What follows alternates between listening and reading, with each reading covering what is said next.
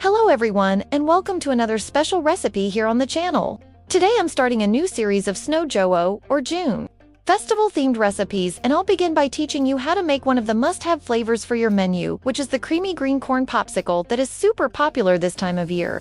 If you don't want to miss any of these special recipes, please make sure your notification bell is on so you never miss a new video. Now let's get into the step-by-step process. For this recipe, I'm using canned sweet corn, but if you'd prefer to see the version made from fresh corn kernels, just leave a comment below and I'll show you that method too. I'm adding 2 drained cans of corn. You can also use just 1 can, it still works fine, but I found the flavor to be a bit too mild.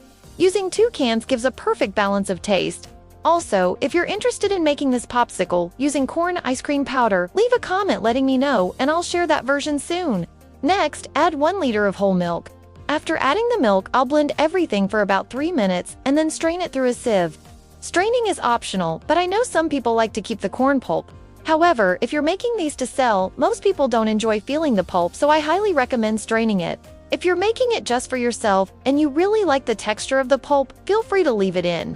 Alright, I've strained the mixture, and now I'm returning it to the blender to add the remaining ingredients. 1 200-gram tub of heavy cream, and the full list of ingredients can be found in the video description. 6 tablespoons of sugar. We add a bit of sugar because when the popsicles freeze, they lose some sweetness. 1 can of sweetened condensed milk. Now I realized I forgot to add the neutral gum, so I'll add 1 tablespoon and blend again for 2 more minutes. While the blender is running, I added a little yellow food coloring. This part is optional, but as you saw at the beginning of the video, it looks really nice to have the bright yellow color showing through the green chocolate shell. Look at how creamy this mixture turned out. There was barely any foam. Still, I'll let it rest a bit and remove any excess foam with a spoon before filling the pouches. Now I'll show you how to prepare the pouch with the filling. I chose white chocolate for the center and will tint it green.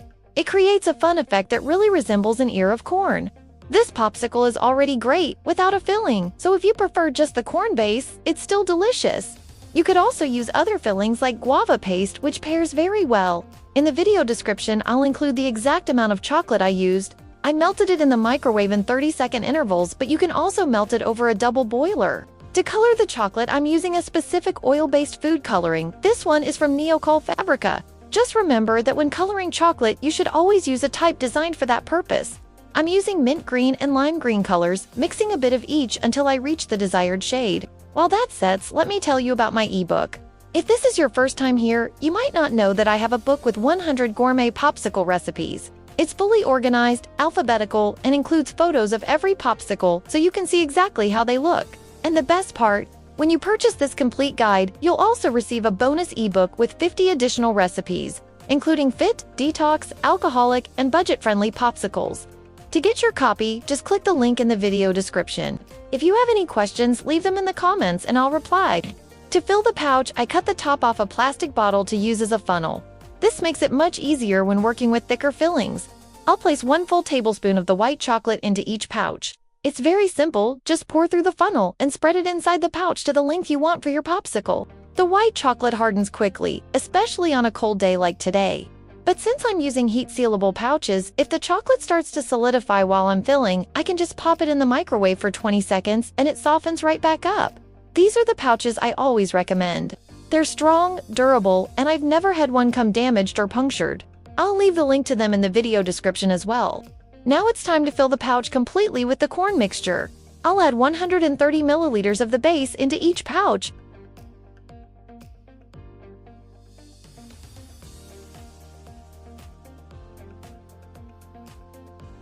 Alright, I've finished filling all the pouches. This recipe made 12 units. I'm using the 6x24 size pouches and filling each with 130 milliliters of the corn base. Now I'll place them in the freezer and come back to show you the final result up close, so don't close this video yet.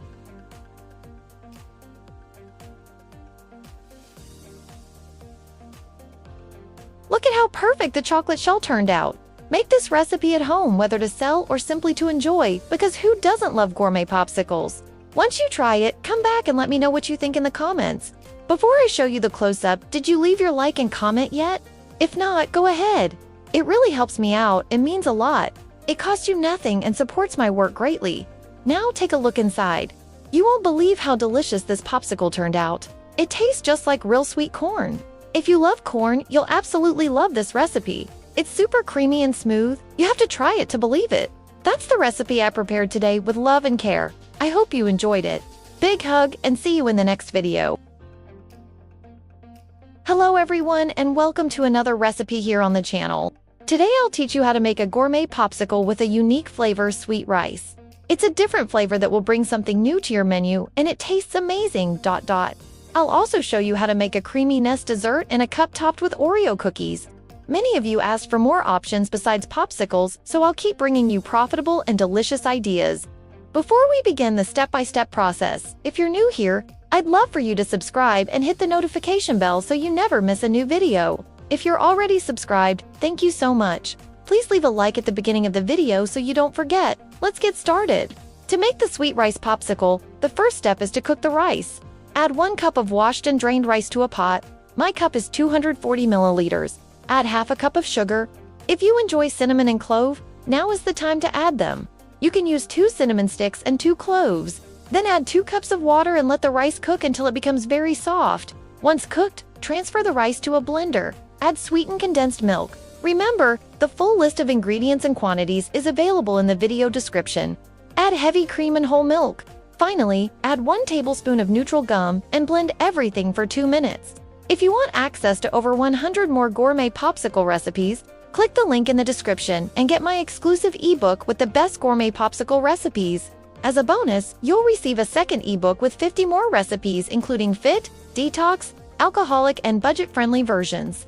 This is the most complete ebook you'll find at an affordable price. An important detail, if your blender isn't very large, you may need to split this recipe into 2 batches.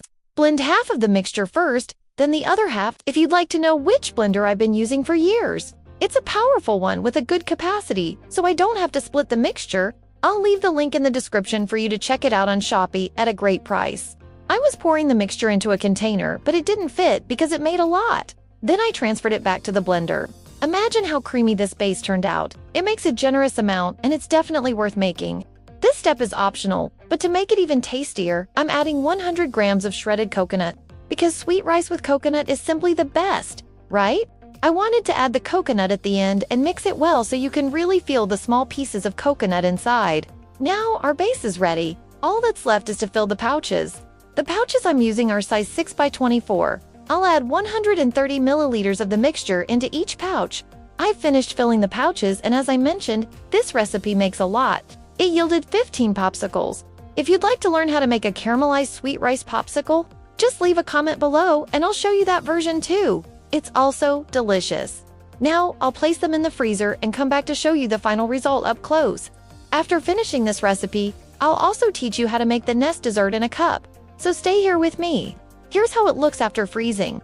Now I'll cut one open so you can see the texture inside. It's super creamy. I hope you all loved this new idea to add to your menu and increase your sales. Even after blending, you can still feel some soft rice grains. That makes this recipe perfect. Look how creamy this popsicle turned out. It almost looks like whipped cream. That's the result. Now let's move on to the next recipe. This dessert is super easy. Just blend everything, pour into cups and refrigerate. Start by adding 1 can of sweetened condensed milk and 2 tubs of heavy cream to the blender. Add 500 milliliters of whole milk. All my ingredients are at room temperature. Blend for 1 minute. While the blender is running, add the remaining ingredients. 1 packet of unflavored gelatin dissolved according to package instructions. Also add 1.5 cups of powdered milk. I'm using regular powdered milk today, but you can use Nestle Nido if you prefer.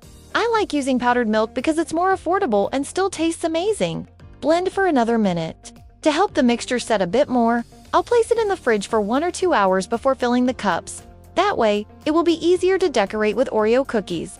For today's dessert, I'm using a bubble cup of 150 milliliters. I paid 15 reais for a puck AV20. I'm using bubble cups, but you can use any lidded container of 150 milliliters. Feel free to use whatever option is cheaper where you live. Look how cute these bubble cups are. I'm hoping to find mini bubble cups soon to bring you even more creative recipes. Once I find them, I'll share those with you too. This powdered milk base is fantastic because you can use it with many different fillings. It's not overly sweet, so you can create variations with strawberry jam, or mixed berry jam. They all work beautifully. Now I'll add a layer of the base to about halfway up the cup. Next, I'll add some crushed Oreo cookies. And then I'll finish filling the cup with the rest of the base. You can decorate and layer however you like. Use your creativity, it will taste great either way. I crushed 2 packages of Oreo cookies. The amount you use is completely up to you. Imagine how delicious this dessert will be. I'm sure if you make it to sell, it will fly off the shelves. I've finished filling the cups and this batch made 11 servings. I'm using 150 milliliter cups. If you use smaller ones, you'll get more servings. Look how beautiful this dessert turns out. Now I'll put the lids on, place them in the fridge, and once firm, I'll show you how it looks. It sets quickly depending on your fridge between 3 and 4 hours. So don't leave this video yet, I'll be right back. My loves, the dessert is ready. This cup looks so pretty. If you want, you can add whipped cream and an Oreo cookie on top for extra decoration.